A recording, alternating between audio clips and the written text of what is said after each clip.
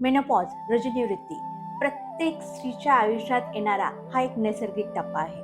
पण तुम्हाला माहिती आहे का, याच काळात जे हार्मोन्सचे बदल होतात, ते बदल आपल्यामध्ये काही प्रकारच्या कॅन्सरचा धोका वाढवू शकतात. विशेषतः स्तनाचा कॅन्सर, गर्भाशयाचा कॅन्सर आणि अंडाशयाचा कॅन्सर. हाय फ्रेंड्स, माझं नाव doctor Sandhya Gavane. Welcome to my channel journey to healing with doctor Sandhya. मी माझ्या चॅनलतर्फे लाईफस्टाईल डिसीजेस कसं रिव्हर्स करायचं आणि कॅन्सरवर अवेअरनेस टिप देते. स्त्रियामध्ये जे अंडाशय असतात त्याच्यामध्ये हार्मोन्स निर्मिती होत असते आणि त्यामुळं स्त्रिया रिप्रोडक्टिव्ह स्टेजमध्ये असतात. रजनिवृत्तीमध्ये हे अंडाशय हार्मोन्स निर्मिती करणं बंद करतं. त्यामुळं स्त्रियांची मासिक पाळी जाते. मेनोपॉज हे सर्वसाधारणपणे स्त्रीच्या वयाच्या 45 ते 55 ह्या दरम्यान घडतो. रजनिवृत्तीचा कालावधी 3 भागामध्ये डिवाइड होतो. पहिला भाग आहे पेरीमेनोपॉज, म्हणजे रजनिवृत्तीचा सुरुवातीचा काळ. यामध्ये अंडाशय इस्ट्रोजन आणि प्रोजेस्ट्रॉन हे जे हार्मोन्स असतात त्याची निर्मिती हळूहळू बंद करतात. यामुळं हार्मोन इम्बॅलन्स होतो आणि त्याचा परिणाम स्त्रियांच्या शरीरावर होतो. या काळामध्ये स्त्रीला हॉट फ्लशेस होणे, कधी गरम वाटणे, कधी घाम येणे, अस्वस्थता वाटणे, छाती धडधड करणे, एन्झायटी, डिप्रेशन होणे, मूड स्विंग्स होणे, वजन वाढणे, अशा प्रकारच्या समस्यांना तोंड द्यावं लागतं.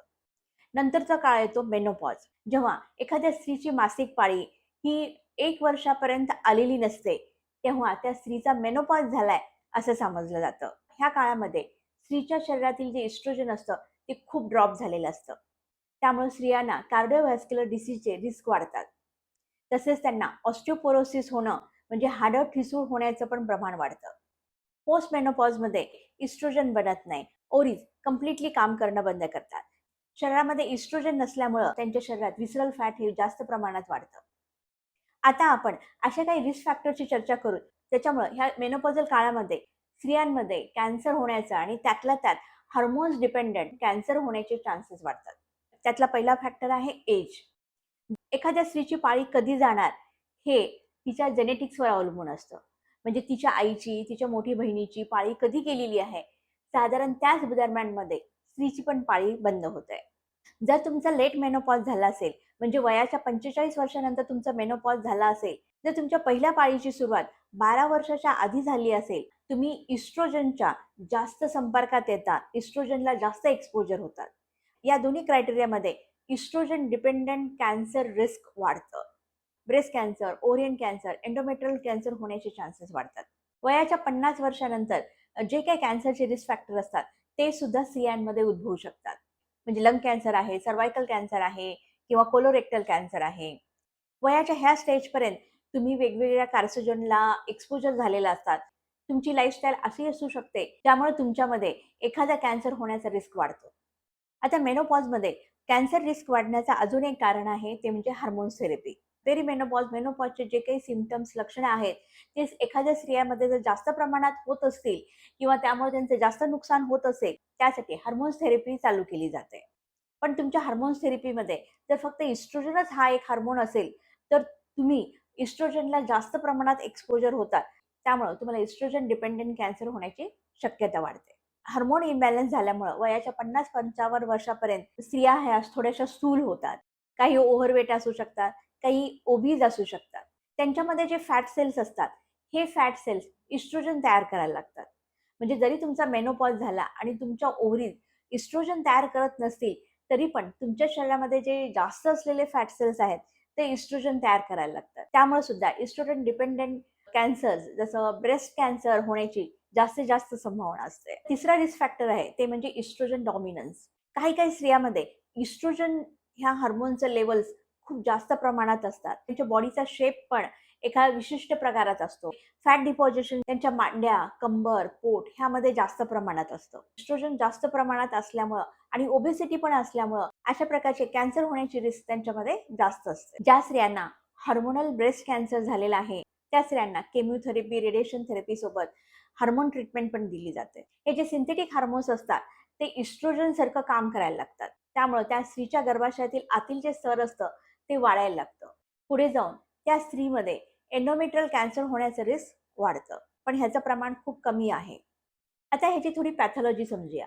म्हणजे तुम्हाला मेनोपॉज आणि इस्ट्रोजन हार्मोन्स आणि कॅन्सरचा कसा संबंध आहे ते समजेल. इस्ट्रोजन हा हार्मोन आपल्या अंडाशयामधून ओव्हरीमधून रिलीज केला जातो आणि जिथं-जिथं ह्या हार्मोनचे रिसेप्टर्स असतात, म्हणजे हा हार्मोन आतमध्ये घेणारे खिडक्या ज्या सेल्समध्ये असतात, हे इस्ट्रोजन हार्मोन्स तिथं जाऊन तिथल्या प्रोटीनशी जुडले जातात. ब्रेस्टमध्ये, एंडोमेट्रियममध्ये, ओव्हरीमध्ये इस्ट्रोजन हार्मोन्सचे रिसेप्टर्स असतात. इस्ट्रोजन हार्मोन्स हे हार्मोन्स रिसेप्टरच्या प्रोटीनला जेव्हा जोडला जातो, तेव्हा तिथल्या पेशीला चांगलं काम करा आणि वाढ करा असं सिग्नल देतो. जेव्हा एखादी स्त्री जास्त काळापर्यंत इस्ट्रोजनच्या संपर्कात येते, त्यामुळं त्या स्त्रीमध्ये जर कॅन्सर सेल्स डेव्हलप होत असतील आणि ते अशा ठिकाणी डेव्हलप होत असतील जिथे इस्ट्रोजनचे हार्मोन रिसेप्टर्स आहेत, जसं ब्रेस्ट आहे, गर्भाशय आहे किंवा ओव्हरीज आहे, अशा ठिकाणचे जे कॅन्सर सेल्स असतात, हे इस्ट्रोजनमुळं जास्त प्रमाणात वाढू लागतात आणि तिथे कॅन्सर डेव्हलप होतात. आता अशा प्रकारचे कॅन्सर कसे डायग्नोसिस करायचे? ब्रेस्ट कॅन्सर हे मॅमोग्राफी, एफएनएसी, बायोप्सी आणि त्या स्त्रीमध्ये किती हार्मोन्स रिसेप्टरला इस्ट्रोजन जुडलं गेलेलं आहे याचं पर्सेंटेज माहिती केलं जातं आणि त्याद्वारे hormones dependent breast cancer diagnosis केला जातो. ओव्हरियन कॅन्सर अब्डॉमिनल सोनोग्राफी करून, सिटी स्कॅन करून, CA-125 ह्या टेस्टची व्हॅल्यू माहिती करून, बायोप्सी करून ओव्हरियन कॅन्सरचा डायग्नोसिस होतं. एंडोमेट्रियल कॅन्सरचं डायग्नोसिस बायोप्सी करून किंवा सोनोग्राफी, USG पेल्विस करून आपण माहिती करून घेऊ शकतो. आता याची ट्रीटमेंट, जसे इतर कॅन्सर पेशंटची ट्रीटमेंट केली जाते, त्यानुसार हार्मोन्स डिपेंडंट जे कॅन्सर असतात, त्यांची पण तशीच ट्रीटमेंट केली जाते. म्हणजे सर्जरी आहे, किमोथेरपी आहे, रेडिएशन थेरपी आहे आणि प्लस यांच्यामध्ये ॲडिशनल हार्मोन थेरपी पण दिली जाते. ही हार्मोन थेरपी हार्मोन रिसेप्टरला इस्ट्रोजन बाइंड करू देत नाही आणि पुढे कॅन्सरचा धोका टाळला जातो. आता ह्या मेनोपॉजच्या पिरियडमध्ये आपण आपलं कॅन्सर रिस्क कसं कमी करायचं? तुमचं डाएट, तुमचं जेवण तुम्ही हेल्दी ठेवलं पाहिजे आणि त्यातल्या त्यात प्रोटीनयुक्त डाएट घेतला पाहिजे. तुम्ही रेग्युलर एक्सरसाइज केली पाहिजे. त्याच्यामध्ये कार्डिओ आणि स्ट्रेंथ ट्रेनिंग ह्या दोन्हीचाही समावेश पाहिजे. यामुळं तुमच्या शरीरातली फॅट स्टोरेज कमी होतं आणि फॅटमुळं जे इस्ट्रोजन तयार होणार असतं, ते सुद्धा तिथंच रोखलं जातं आणि तुमचं कॅन्सर रिस्क कमी होतं. तुमचं बॉडी वेट तुम्ही मेंटेन केलं पाहिजे. 40 वर्षानंतर प्रत्येक स्त्रीने कॅन्सरसाठी रेग्युलर स्क्रीनिंग केली पाहिजे.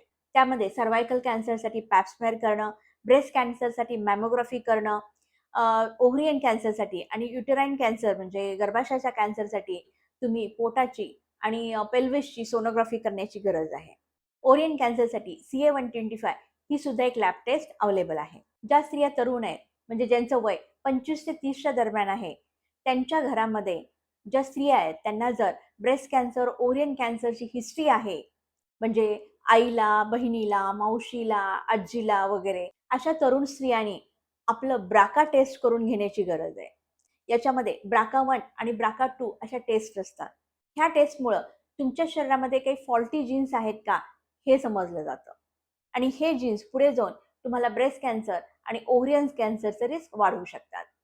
आणि ज्याच्यामध्ये BRCA1, BRCA2 ह्या टेस्ट पॉझिटिव्ह आहेत, अशा महिला हाय रिस्कमध्ये येतात. त्यामुळे त्यांनी अगदी लहान वयापासूनच रेग्युलरली ओव्हरियन कॅन्सर आणि ब्रेस्ट कॅन्सरसाठी स्क्रीनिंग केली पाहिजे आणि त्यामुळं त्यांच्यामध्ये असणाऱ्या कॅन्सरचा धोका टळू शकतो. असे काही सायन्स आणि सिम्पटम्स आहेत, ज्याच्यामुळं पोस्ट मेनोपॉजल स्त्रियांमध्ये कॅन्सर रिस्क आहे की नाही हे आपण ओळखू शकतो. त्यामध्ये पहिला, की तुमची मासिक पाळी बंद झाली आहे, तुमचं पोस्ट मेनोपॉजल एज आहे, तरीसुद्धा तुम्हाला अधूनमधून ब्लिडिंग किंवा स्पॉटिंग होते.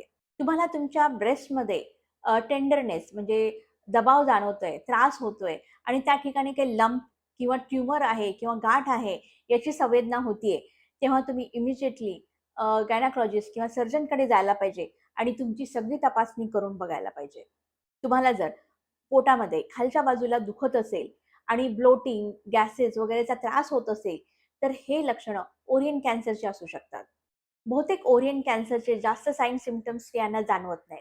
त्यामुळं ओव्हरियन कॅन्सर लेट स्टेजमध्ये सापडण्याची शक्यता असते. पण तुम्ही जर ह्या पिरियडमध्ये व्हिजिलंट राहिलात, तुम्ही ओव्हरियन कॅन्सर लगेच ओळखू शकता. मी माझ्या बाबतीत सांगते. माझा मेनोपॉज वयाच्या 48 वर्षामध्ये झाला आणि 2 वर्षापूर्वी माझ्या पोटामध्ये दुखायला लागलं. हे दुखणं एकदम जास्त पण नव्हतं. पण तरीसुद्धा मी इमिजिएटली जाऊन सोनोग्राफी केली आणि त्याच्यानंतर मी माझ्या गायनॅकला भेटले आणि जेव्हा माझी सर्जरी झाली, बायोप्सी रिपोर्टमध्ये मला ओरियन कॅन्सर आढळला. पण नशिबाने माझा हा ओरियन कॅन्सर फर्स्ट स्टेजमध्ये होता. माझ्या 2 सर्जरीज झाल्या, किमो झाले आणि आता मी बिलकुल कॅन्सर फ्री आहे. काही स्त्रिया कॅन्सर डिटेक्ट होईल ह्या भीतीपोटी कॅन्सर स्क्रीनिंग करत नाहीत किंवा त्यांची लक्षणं लपून ठेवतात. म्हणजे त्यांना ब्लीडिंग होतीये किंवा ब्रेस्टमध्ये काही त्रास होतोय, तर ह्या गोष्टी ते फॅमिली मेंबर्सला सांगत नाहीत. तुम्ही तपासणी, डॉक्टरकडे जाणं टाळत असाल, तेव्हा हा कॅन्सर लास्ट स्टेजपर्यंत पोहोचू शकतो.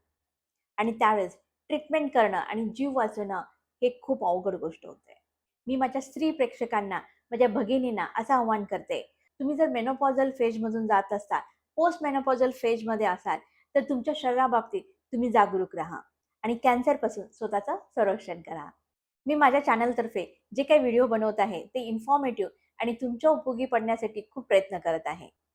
माझ्या या व्हिडिओमुळे तुमच्या लाईफमध्ये काही चेंजेस झाले असतील, तुम्हाला काही उपयोग झाला असेल किंवा काही व्हॅल्यू ॲड झाली असेल, तर नक्कीच माझा चॅनल सबस्क्राईब करा, कमेंट्स करा आणि जास्तीत जास्त शेअर करा. मी असेच नवीन-नवीन इन्फॉर्मेटिव्ह व्हिडिओ घेऊन येत राहणार आहे. तर तोपर्यंत मित्र-मैत्रिणींनो, नेहमीचसाठी स्वस्थ रहा, मस्त रहा. धन्यवाद.